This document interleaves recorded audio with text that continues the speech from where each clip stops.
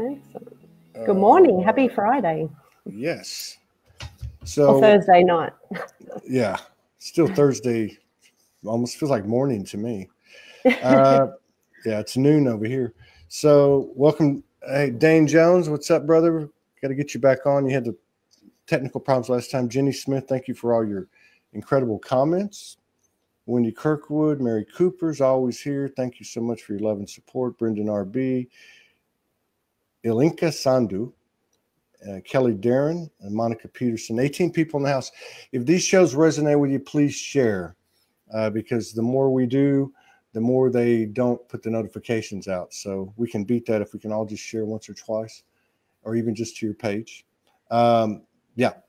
Thank you all for the continued love, support, and contributions. It allows us to keep our head afloat. We're moving closer to our own independent site. We just got some great news yesterday that the streaming is going to cost a lot less than they had originally told us. So it's raining miracles. I want to welcome to SOULSPEAKS 5D Fiona Carthew. And I want to say thank you for sharing space with us and honoring us with your presence. Let me tell you a little bit about Fiona. She's a vibrational therapist. She uses kinesiology, reiki, sound, and quantum techniques to assist people with their physical, mental, emotional, and spiritual discomfort and growth. She works in person and she works remotely. Her mission is to bridge the gap between science and spiritual aspects of healing. Through her business, Mind Your Matter Healing, I am privileged to witness that moment when the light of remembrance is rekindled as clients realize just how amazing the human is. I like that. You know, the human is the hero. Yeah, it sure is. That's all we've got at the moment. Right? Yeah, we spent so much time. I don't know. I started to realize later I wasn't the only one that for me, I was very shadowed, but I was connecting 7 years ago and having these divine episodes like so many of us have. And I thought, I'm good. I'm good. I'm connected to the universe, regardless of what it looks like down here. I'm good. But then I got into a relationship with a fellow Australian who pointed out to me that if you don't embody it, it doesn't mean anything. It took me about 2 years to figure out what the hell that meant. And here we come to the human is the hero. How long have you been doing what you're doing? When did you wake up? Well, as far as waking up is concerned, I hear lots of people's answers to this, and it's a hard one to answer. I suppose I've always been a bit awake. I've had experiences since I was a child, but the real groundbreaking awakening was the 2016 mark, the one that really floored me and made me realize how expansive this whole experience is. So, as a child, I was always the one in the bottom of the garden talking to the fairies and setting up worlds for them. And I was very lucky. I'm the youngest of 5 children in the family. I had a beautiful Irish father who used to humour me a lot with the fairy side of things, and encouraged it a little bit too. So that's how I grew up. Like a lot of us too, had trauma growing up as a child. So that, it all makes you who you are and expands the story, and that brought its own experiences. And as I grew and developed, I suppose I would say I had a little bit of spiritual narcolepsy. You keep trying to wake up and you keep going back to sleep. Life rolls on and you think you need to keep on the train and have the career and make the money and keep up with people. But then there was always insights of what else is out there. So it's only, the last few years that I've been able to expand further into the spiritual side and actually really live it. I've got 3 young children and a husband. So, we've got the mortgage, the cars, that sort of thing. And just had to run them all off to school and work and get back here in time. So we'll have to delve into that subject, because obviously we do this so we can share the experience, because that's really where the wisdom is. And I'm sure there's a lot of people out there that have a similar situation, especially over the last 2-3 months with so many people being reported to having an awakening experience. What was it that happened in 2016? Was there something in particular that happened that put you over the edge? Yeah. Well, there was an event, a bit of history behind it. So firstly, in 2016, I was actually completing one of my courses in kinesiology. So I don't know if many people know about kinesiology, but it's a method or a modality of energy healing, which can involve just physical aspects for people, but extends all the way as far as the imagination can go. So basically, I was getting a healing whilst doing the course, and the dimensions opened up. There was a bit of a trilogy, the right 3 people at the right time for this experience. So I was on the table receiving a balance, what we call them. My teacher, who's skilled in various different things, was there overseeing everybody, and the person working on me, she's a massage therapist who's also she has connections to spirit. People come to her when working. So just getting a standard balance, and then all of a sudden there's a entity in the room, and the person working on me says, there's someone here. Do you know who it is? And this is something that I could physically see and feel and hear as an energy. And the history behind it was in a tumultuous part of my young adulthood. There was, abuse, alcoholism, domestic violence, relationship. The particular person I was involved with was quite depressed, suicidal. Yeah. And basically he did take his own life. And we had a lot of discussions about this sort of thing before he passed, saying that, he would inevitably take his own life. He was just miserable here. Wasn't the right place for him to be. Yeah. And he did so. So anyway, he was the entity that actually came during this healing. And to be able to feel and see and hear this presence. And this was someone I'd kind of made a vow with, as a young adult. Well, if you're going to do this, you tell me afterwards what it's like. Were you happy that you've done this? Sounds quite morbid, but, we were really open about this stuff. And it was an interesting experience with him. During this healing, the trainer then stopped everyone out of the room. We've got something different to deal with here. So she became a conduit, and my belated mother actually came in as well and helped Robert, this particular person, actually be forgiven and loved and sent to the light. And these are things you hear stories about, but to see it and feel it and have that involvement, of my deceased mother, of my deceased Robert, it was so expansive. After the healing was completed, it was such a burst of, creator, unconditional love. It just floored me to my knees. The story was more coincidental as well. Where the healing actually took place was in the rooms below the altar of a chapel I used to pray at as a child. Wow. So it was pretty cool. I'd moved around a lot in my life, and the universe led me back to the town that I grew up in. And it was just, we say there's no such thing as coincidences, but the course was being held underneath the chapel where, as I say, I prayed with my mother as a child. So that's powerful. That's powerful. I've seen that happen. I was just thinking about this the other day. The city where I grew up in my teenage years, I went back when I first woke up. And it was just, it looked like a coincidence, but I realize now how powerful that was and all the divine episodes I had as a result of that, Now, when this happened to you, after it happened, did you have any noticeable expansion, skills, abilities, awareness? Yeah, very much. It opened up a lot. So I've always been quite intuitive. Thought it was a little trippy, a bit of a mind reader. I know what people are going to say before they say it, and can often get them to understand me without words. So I've always felt I love energy work because I've always felt an electric current through me. You know, I've been diagnosed with things like restless legs and twitches and mild epilepsy and things like that. But I seem to feel now it's just feeling that life force through me.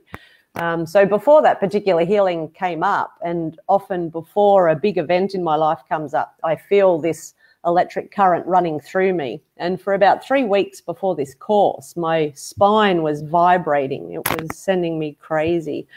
And I actually rang my teacher to say, what the hell's going on? Like, this is, I've had sensations before, but this is mad. And she just said, just go with it and see what happens. You know, something's awakening. Good luck. You're on your own. Yeah, that's right. So, just ride that wave and see what happens. Yeah. So now, how long have you been practicing? How long have you been a practitioner? Well, about four years formally. So, that's in session with people, and I've been doing, I've been doing Reiki for a long time, and I cared for my parents in their later years before they passed, and just knew that I could help them with hands-on energy and healing. So I was very blessed to be able to spend a lot of time with them through that, and just through that pure want and intention to help them and that unconditional love, you actually can relieve people of their pain and their trauma, I learned. Yeah. So from that space, I thought I'd take it further and, get some formal modalities under my belt. Yeah. And work with people in clinic from there. So after this happened, how did that affect your sessions? Were you getting more information? Yeah, completely. So when we tune in with these particular modalities that I'm trained in, the holding space is the most important. You've got to be there with that person. And I always did that from a space of love. But after that particular event, it was completely opened up where we were connected completely. I had pictures and thoughts from the person I was working on just inundate me and surround me, like I was hearing their life story as soon as we were connected. And often people that were their guides would come in as well, either to just be there and help with the energy or to actually give them a message. So you don't want to freak people out. Like, I'm working on people that just come in off the street and say, hey, I've hurt my knee playing sport. Can you help my pain? And then all of a sudden you're opening them up to this world of spirit that they've never even considered. They just want a kinesiologist to help them with their muscles. So do you ever not tell them what you're seeing? I do, yeah, because there's a level of privacy as well. I don't want people to know that I'm receiving so much information about them, because people are permitted to have that private space in themselves. I believe we all have that face or that mask, as I think the Japanese say, we have 3 faces, one for the world, one for your loved ones, and then one for yourself that no one shows. And that's important to keep that. So I don't tell people what I'm seeing and feeling and hearing unless I'm getting a tap on the shoulder saying, I've got a message for this person, they need to hear it. And then I'll, sound them out a little bit, and we'll have a discussion afterwards, and I'll let them know what's come through. Now, so in your practice, when these messages come in and when you have these experiences, are they typically just for the person, or are you picking up any collective information?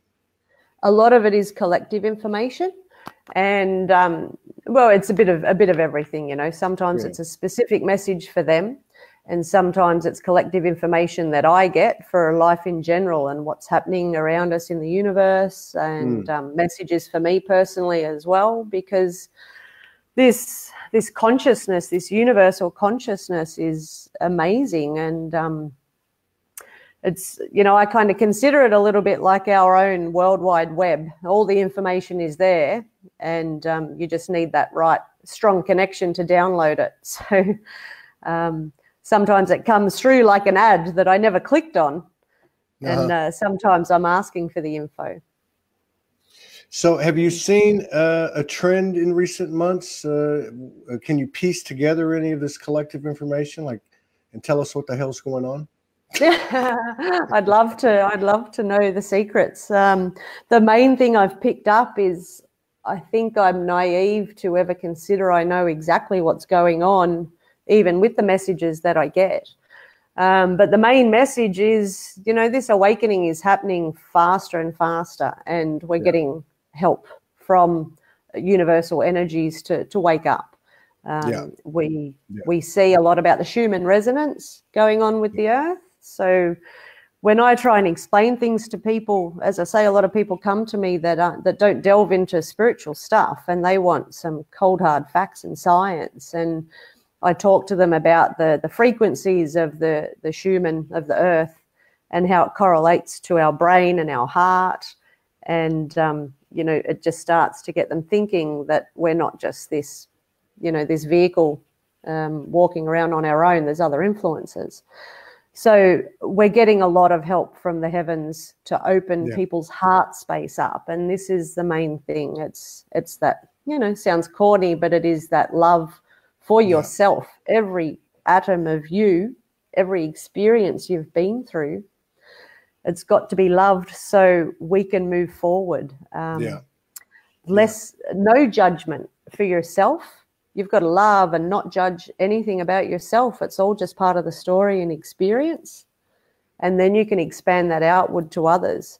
And emotions have all been measured with frequency nowadays. You can, you're feeling sad, you're feeling jealous. These are low frequency, heavy vibrations. You're feeling joy and love and gratitude, and these are high frequency vibrations. So and pissed off. A higher. Don't forget pissed off.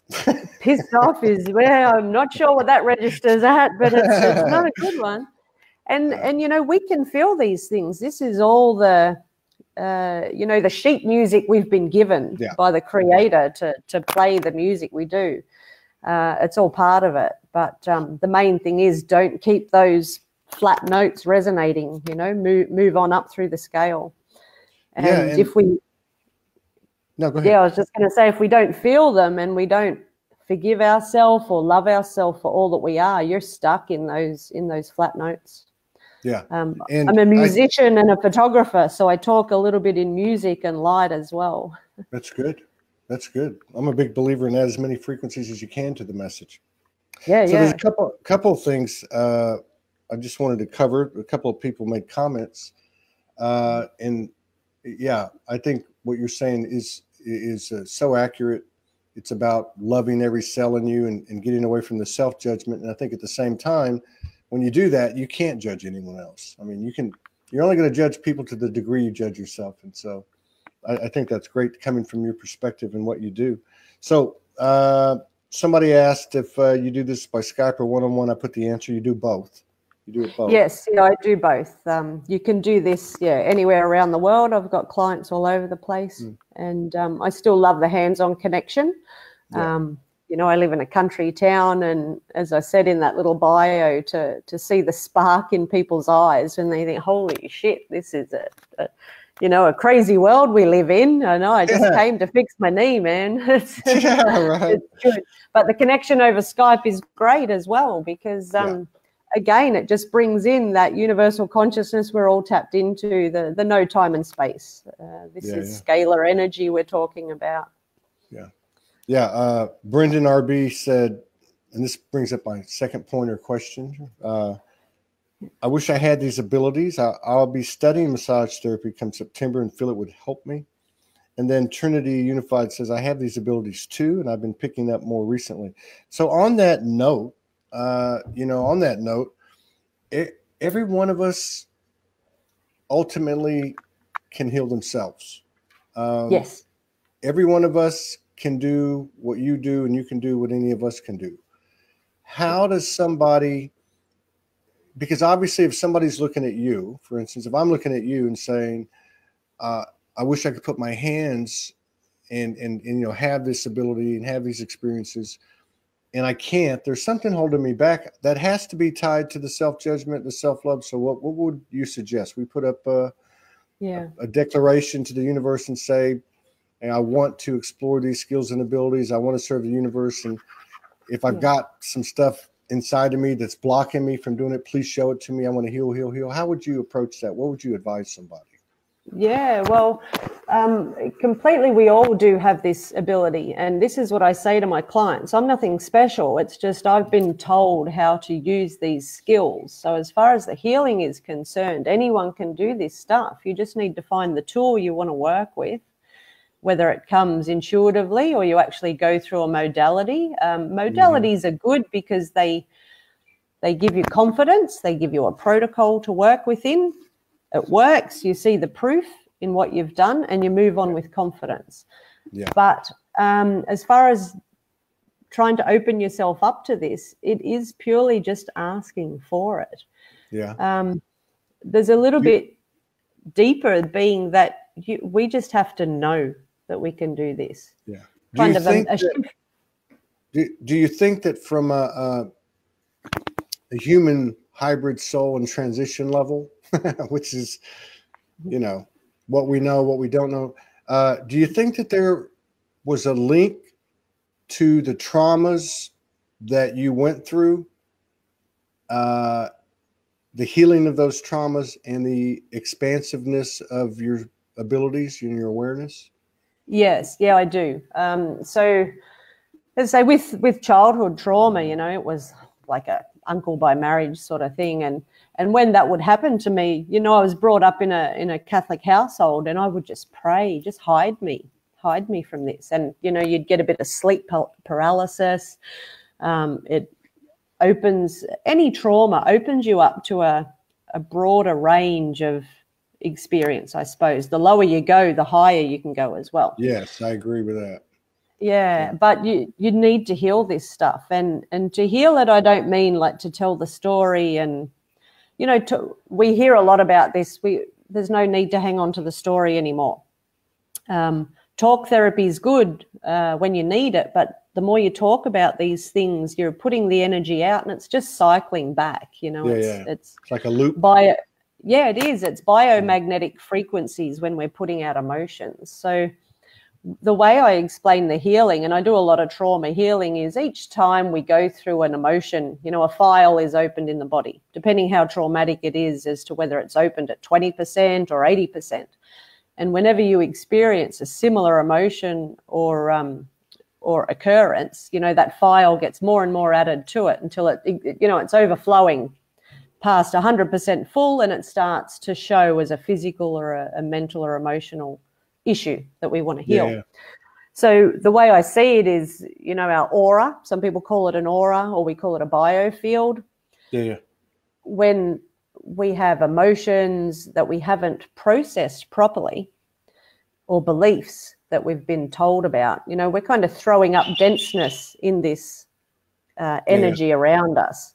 So I consider us to be houseplants. We've all probably seen this meme. We're only houseplants, but with more complicated emotions, because we need water and we need sun. Yeah. So light, to me, gives us information. We're all being inundated with light by the sun. If we have these dense energies in our aura or biofield, we're not getting all the information we need to be all that we are. They're like shade leaves for the plant.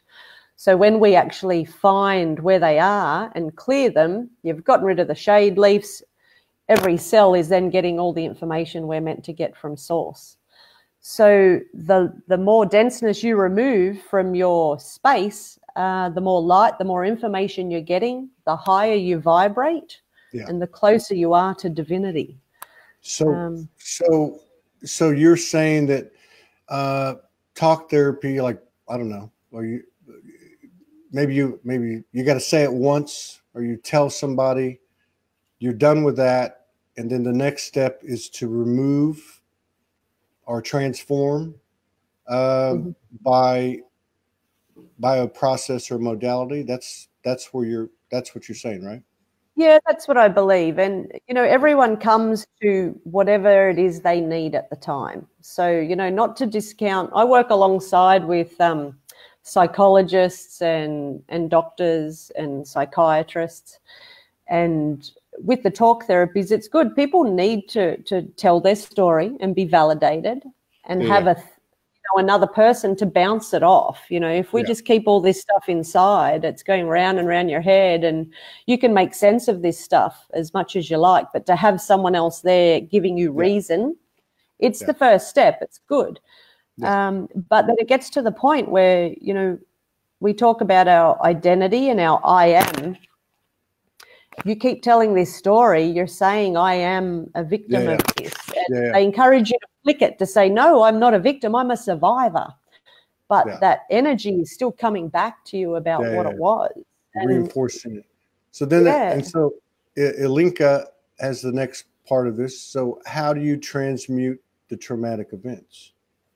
So there's different ways that we do this, and it's the trilogy, I believe, in healing and moving this stuff is, you know, as God said, we were made in his image. Apparently we're creators as well, and I think there is that trinity that you need. So we need intention to do it, clear, focused intention. This is what we want to do. We need compassion. That's the emotion that's got the frequency of healing and transmuting that denseness into light, is the compassion. And then you actually need to do it. So we need to think it and speak it and act it. And we've created and we've helped someone. So from a scientific point of view, you know, our cells hold trauma. We're made, 70% of water. Water has memory. We've got water all through our cells. And a cell that's not working properly, you know, it's got a certain pH on it, a measurement. You know, it could be, a healthy cell might be 70 millivolts, I think they say. And when it's not healthy, it's shadowed by trauma or ill health, you know, it's probably about 25 millivolts. When you add two people with the same intention, you're boosting it. So technically, you're healing the cells by having two people's intention to do this. So you need the person that you're working on to be ready to do it. Yeah. And as far as the method to do it, as a kinesiologist, I use muscle testing. So if people have ever heard of muscle testing or using pendulums, you're tapping into that universal energy to get your answers. So same thing Morgan does. She works with. She does the muscle testing and the pendulum. Yeah, and you're tapping into that knowledge of everything in the universe. It's hard to explain how that stuff works, and this is in clinic where people are starting to open their minds to say, how the hell are you getting these answers? Because you can ask the body once you're connected any question. You know, we'll often start with a muscle test of, you know, we load in the trauma that they want to deal with, if they consciously know what it is they want to work on. And then we'll flick it to a positive goal. What is it you want to walk away with? I want to walk away at peace or strong or calm. And then you start to delve into the information.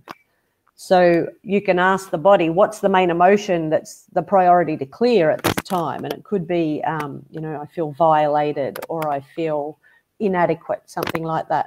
You ask the body further, you know, what information do I need to clear this? When did this file of emotion first open? And we can go back to what age that trauma first started. Yeah. And from there, you can load in a lot more information to the frequency, and then we use hands-on healing to clear it from there. Do you find that the information comes from the client or from you, or both? Both. I think it's the connection. But, you know, to do it, you really need to be open to let just the client's information come through. If I'm invested in the outcome, there's strong power in thought. You know, you can manipulate this stuff. So plus you're empowering them. Yeah, that's right. Disempowering them, keeping the separation. Now, let me ask you this: people like you, you know, other people like, oh, she's already got all this stuff worked out. You got kids at home. You're in a marriage. You got a mortgage.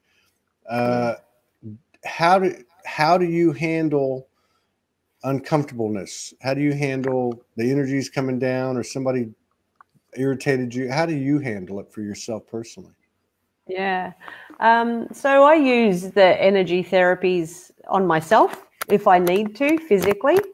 You know, we all have ascension symptoms. We all have aches and pains in general. Like, I play roller derby, so I went to training last night and I woke up smashed this morning like I'd been hit by a truck. So simply by, you know, exciting my own energies and applying it to myself, I can pass pain. As far as emotions and things happening in your life go, I have my own method of just bringing in more light and letting that get to my heart and releasing that judgment. You know, I always say to people, when you're dealing with someone, you know, someone might have pissed me off at the supermarket because they pushed in or something like that. This is trivial kind of stuff, but it's what we have to deal with every day.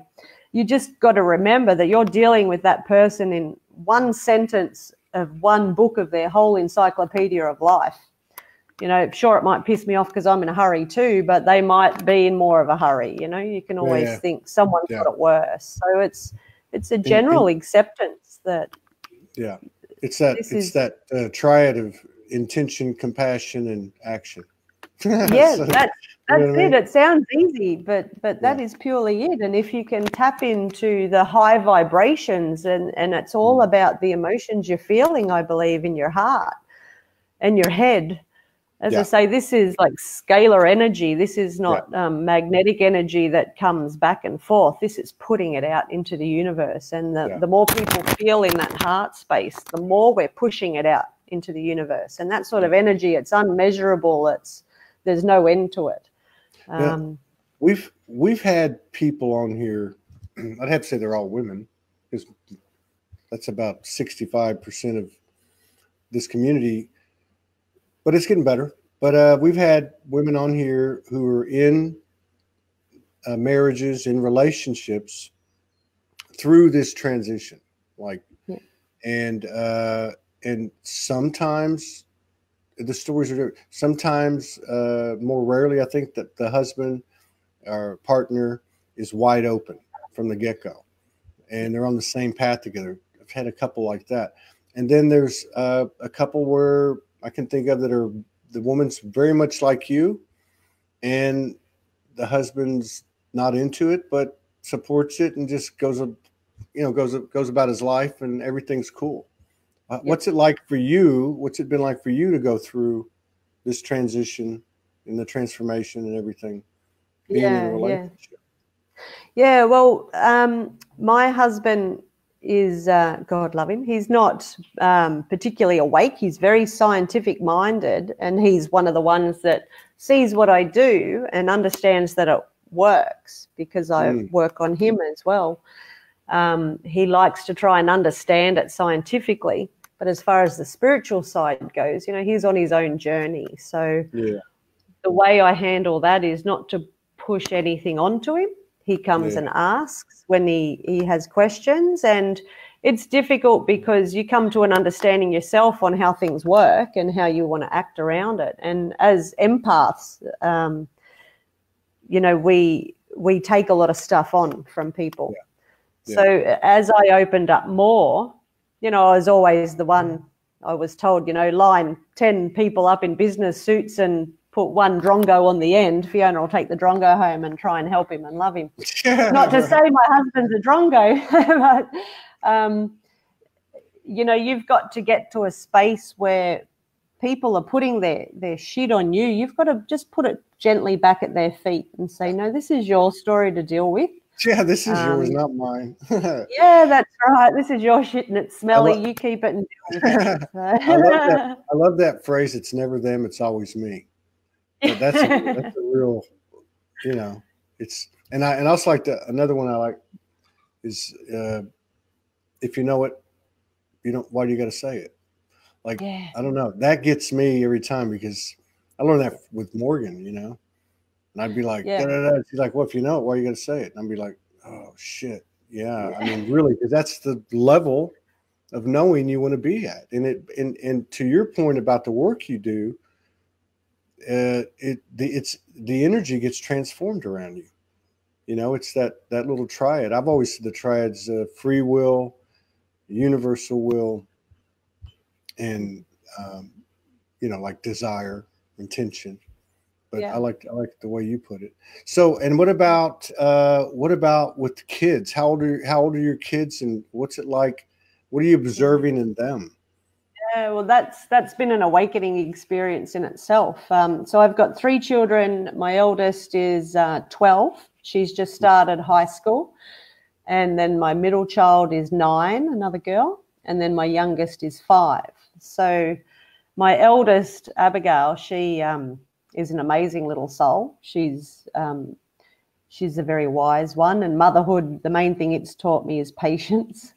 Undying patience. And I love being a parent because it reminds you to stay in that place of childhood joy and just amazement at the world around you. So, she's at an age now where I have a lot of discussions with her. She asked me the other day, what's enlightenment? Shit, well, that's a big question for 9 o'clock at night, lying in bed. So I make sure I connect with them every night. I lie down and have a chat with each of them every night.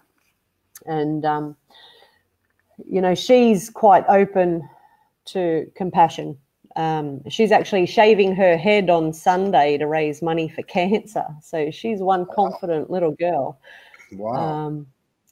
So she got opened up a lot. My youngest child, he's a cardiac kid. So when I was pregnant with him, funny story, not funny at all, but coincidental. So I told my mum, we're going to try for a 3rd child. We want a boy. And she, in her Scottish accent, you stupid lassie, you've got 2 healthy girls. Why would you try again? You're too old. I was 38 at the time.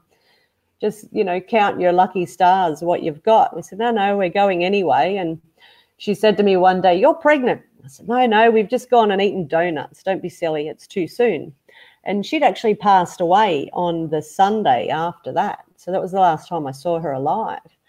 And I was 2 weeks pregnant, conceived with my son. And funnily enough, at about two weeks apparently of conception, that's where the heart's forming. So at the 20-week ultrasound, the woman who's doing the ultrasound had just done a specialized course in hearts, and she'd picked up a problem with him. So he had 5 different problems with his heart that had to be corrected by surgery. So we wouldn't know if he was going to live when he was born. So this was a huge experience for us. We put everything on hold. We lived on a farm at the time, all self-sufficient, up in the middle of nowhere, on solar and wind power. It was awesome. But we moved from there because we needed to be closer to civilization, basically, with this heart kid. So through that experience of having him, we went through it as a family. We were put up at Ronald McDonald House at Westmead Children's Hospital in Sydney. Wow. And my daughters saw, sick children in this hospital, and they chose to go to school at the hospital. Wow. Because we were there for, a month or so. And Abigail, the eldest, she had to learn, next to someone whose brain was covered in cathodes, and on the other side, someone was on a trolley because they had no limbs. It opened them up to this extreme compassion for life.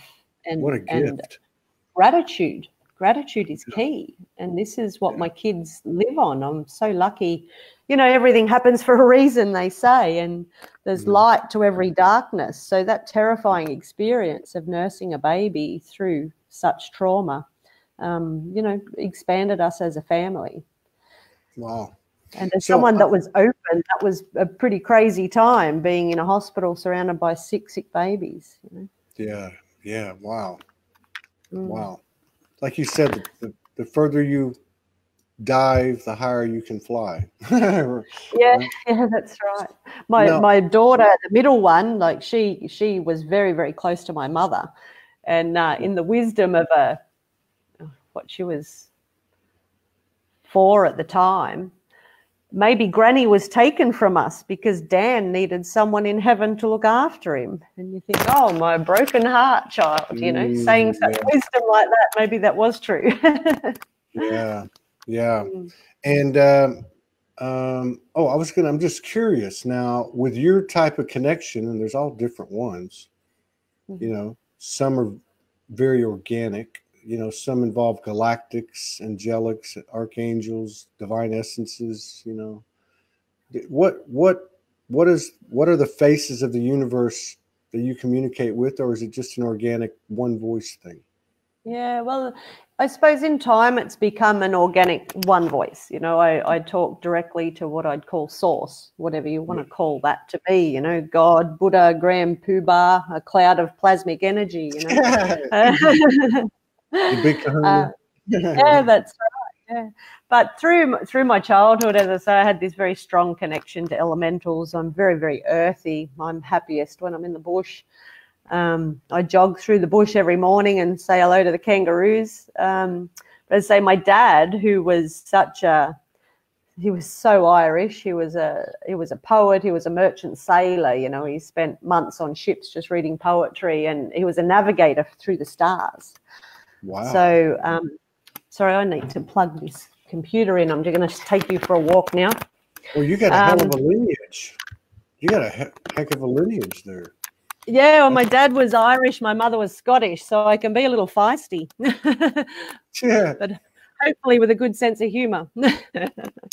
That's right. So I spent a lot of time. My mum, she was injured and ended up in hospital, so I quit my job to go and help my dad run a business down the coast. And we spent, say, we're both photographers. We spent a lot of time by the ocean looking at the stars and analysing light and trying to get the best photos sort of thing. So he taught me a lot about the stars. And as we spoke about the stars, we saw a lot of crazy stuff.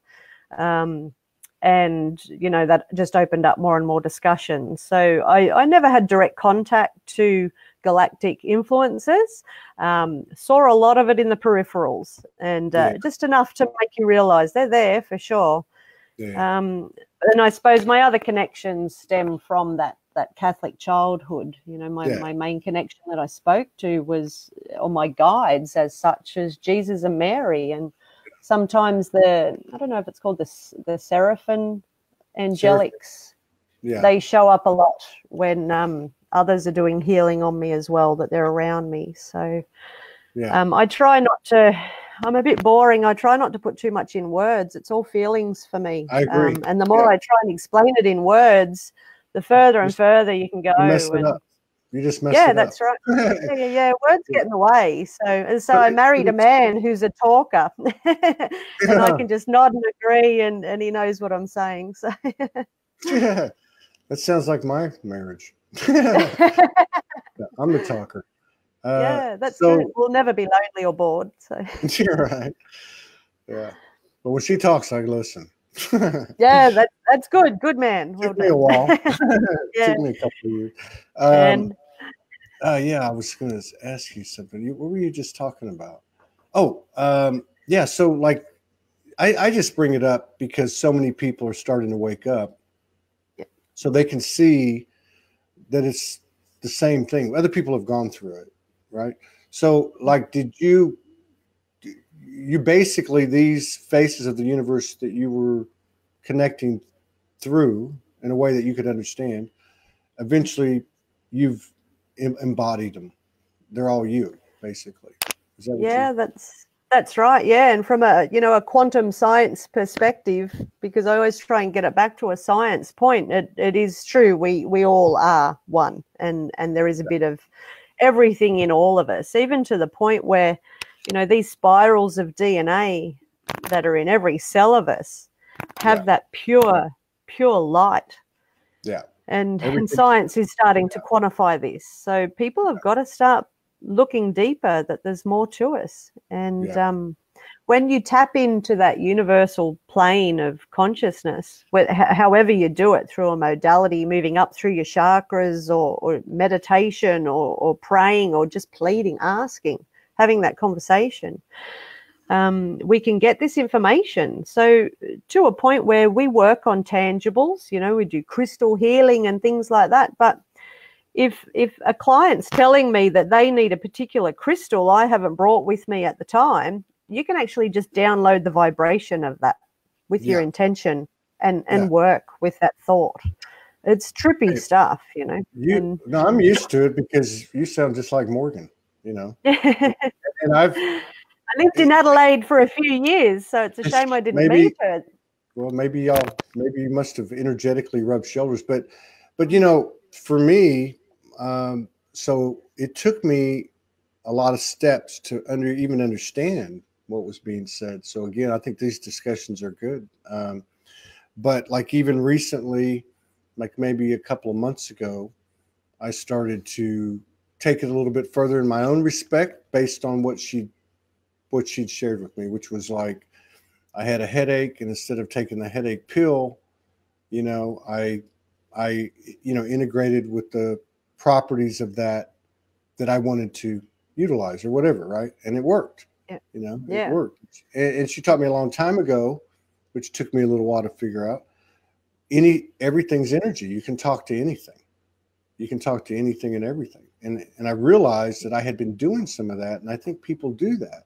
You know, I think they do that in a, I guess, somewhat of an unconscious way, but yeah, the way you bring it back to the science, she does the same. And I think this is that fusion of spirit and science that it's starting to come to the surface. I mean, that's kind of what you do, isn't it? Yeah, that's right. And to a degree, I felt like I had to, because, let's say, my husband is very intelligent, he's very scientific minded, and he wants to know how this stuff works. Like, how the hell did you fix my sore back? Because of, you know, a story attached to it. And it can get quite involved. And say my family, I'm the youngest of 5, and I thought, oh, you know, they just think I'm the hippie, you know, expanding herself in the forest in her early 20s. But, you know, as I explain to them what I'm doing, and they see the proof in my life, you know, they believe in this stuff also. And it just starts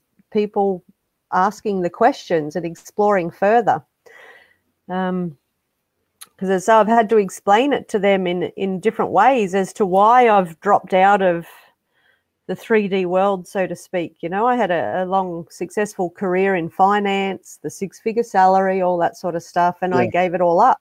And just recently I popped back in there for a while and worked in finance for 5 months, I think, which was soul. It was soul destroying.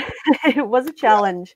I just wanted to give people money and healing. So I didn't give them money, but I gave them healings. Yeah, I was in the construction business all my life, and so I don't know, it's been like 3-4 years after I went through my change. I hadn't even really worked. I'd been on the streets most of the time and raising 2 little girls, and so I went back. I got this job offer, and it was probably 3 or 4 months, but it was pure hell.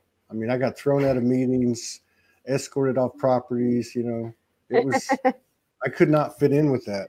Now, I sat down with my boss and said, "Mate, you're just wasting your money on me. Like, I'm going to let me go." He's no, stay. You know, because I'm quite good at what I do, but it's just that I can't do this. And you know, we just didn't need it. It reminded us again, money's not everything. You know, waking up every day happy is everything. And God bless my husband. He was my main driver, saying, "I can see this is just squashing your light, girl. Let's get you back to what you love doing." So that's what we're doing. Now, you said you work alongside psychiatrists, psychologists, and other types of practitioners. What is their what is their reaction to your part of the well process?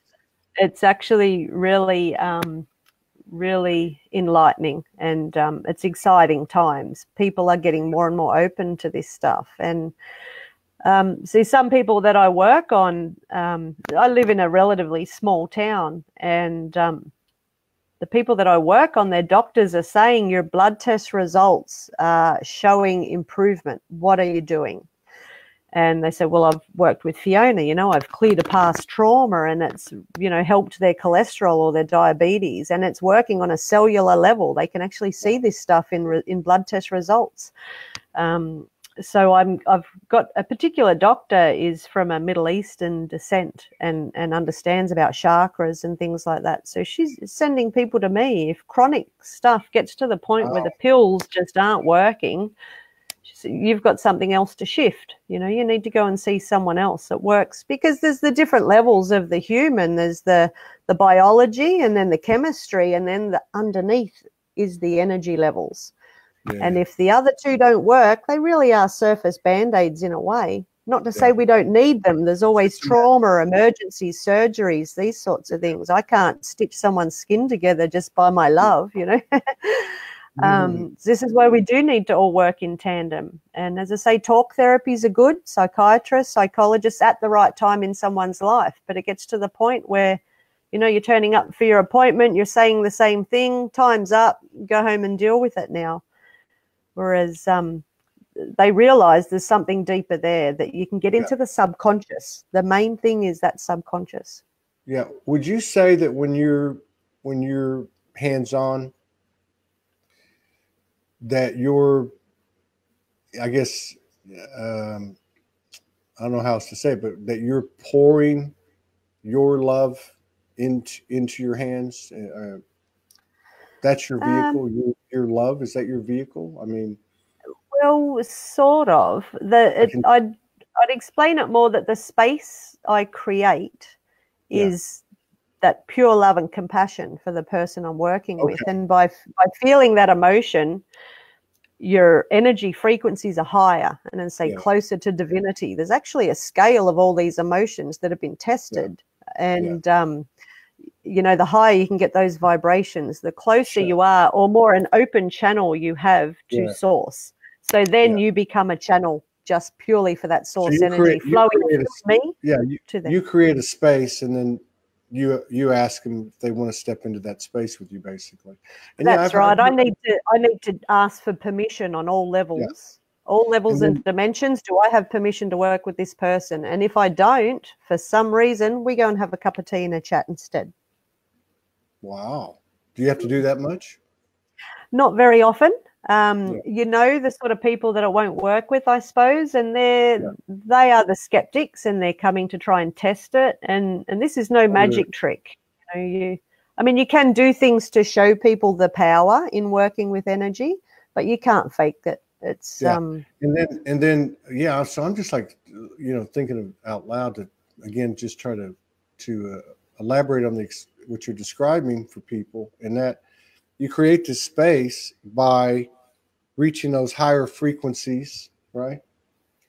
And then in that space, you might then reveal or address or put in front of the person shame or blame or something of a lower frequency. So would you say that you're transforming that perception or emotion or whatever you would? Yeah. Well, I like to describe it a little bit like computer programming, because people understand this, and we are a little bit of a computer, you know. Yeah. So what I would do is I would load in all the information I need to deal with that particular problem. So, and this can go anywhere. So say, for example, someone's come to me with a sore back. So we load in the sore back, and we work through the chakras. And I believe our chakra system is our key to the dimensions.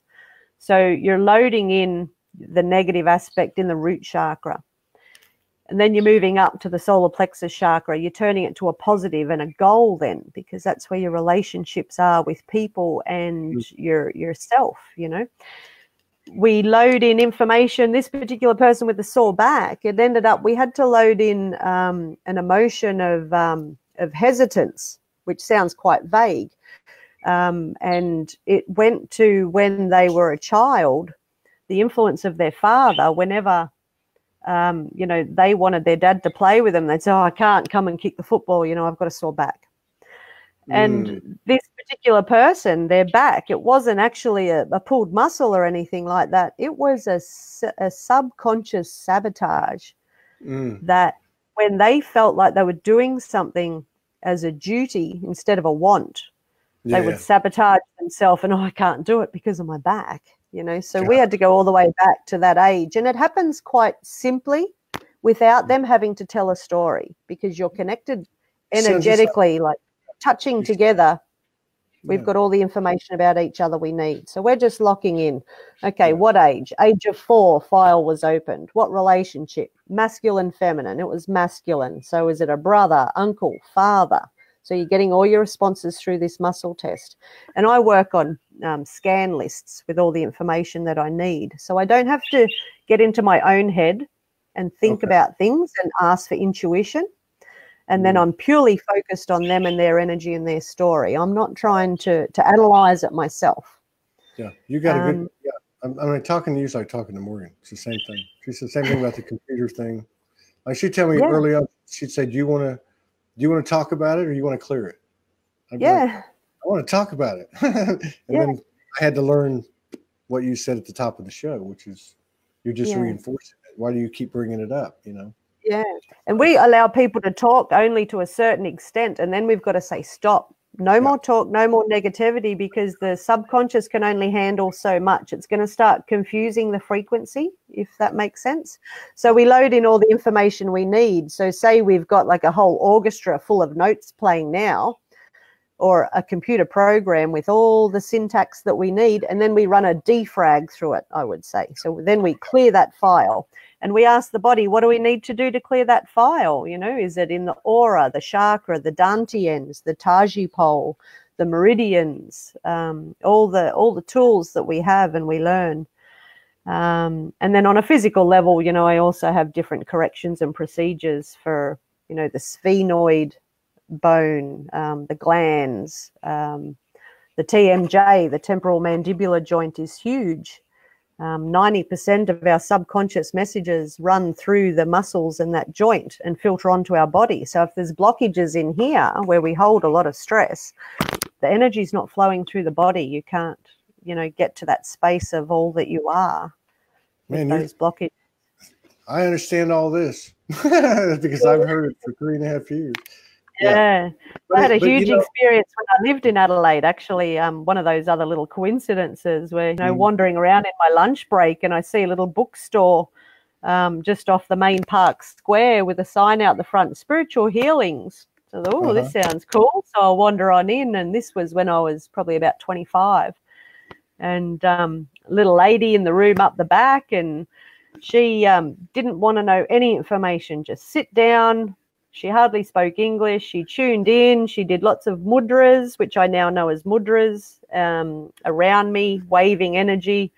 And then she referred me to a spiritual counselor, this cool Scottish lady called Danuta. And she spoke to me then. So this would have been in, how old am I now? So this would have been in 2001. And she spoke to me of the dimensions, the 4th dimension, the 5th dimension, and my past lives and things like that. And she gave me a lot of information that opened me up into investigating what all this is about. And that power in past lives is huge.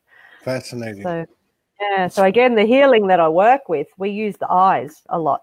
When we're loading in the information, I record stresses through the person's eyes, because that will give me the stresses for all of the soul's lifetimes. How do you do something like that? How do you record the stresses through their eyes? Is there a device? Well, it's not the device is me and my hands. So again, it's a particular mudra that we use, and I purely get them to follow my hands around in a circle each way. And it's amazing what the eyes can do. Sometimes it's an easy process. Sometimes it's very emotional. And I warn them, this is capturing the stresses from all of the soul's lifetimes. So you might get insights or emotions come up that don't make any sense to you because they're not in your conscious mind. But you can see the eyes react. The eyes will blink if stresses have happened whilst they had their eyes closed. So a lot of childhood trauma is recorded in closed eyes. This is good. This is really good. Their eyes will vibrate like this when I hold my hand there to record all that vibration till it relaxes, and then we keep going around again. So I wear glasses to read, and it was cleared through a childhood trauma at the age of 2. And I didn't need glasses to read anymore.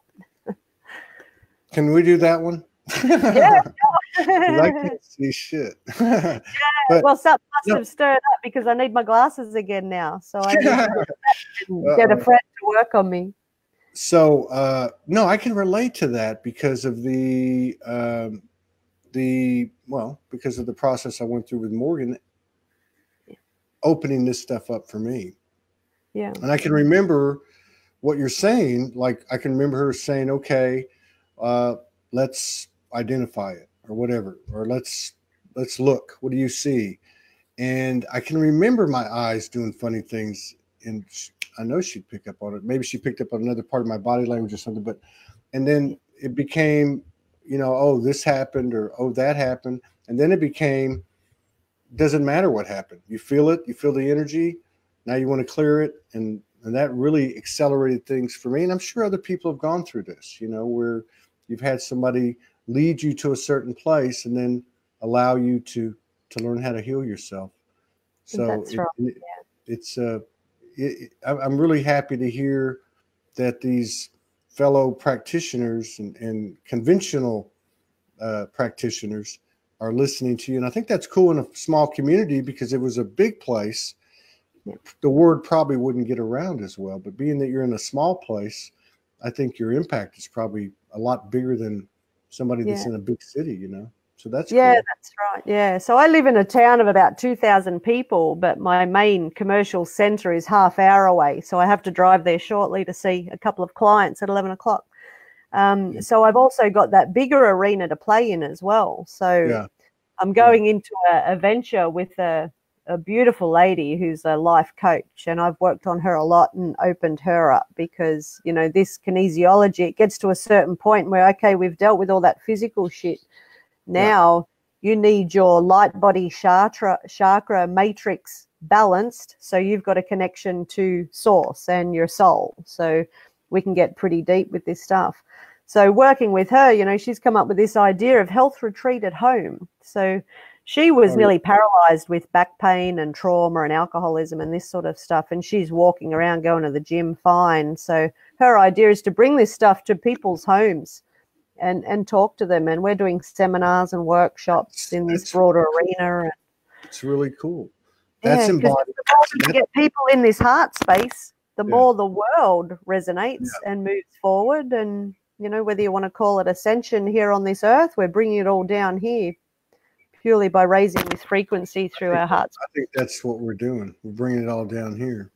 And I think the last thing I wanted to make sure I could was the body, the physical body seems to be, and I know it's not just me, communicating much more clearly.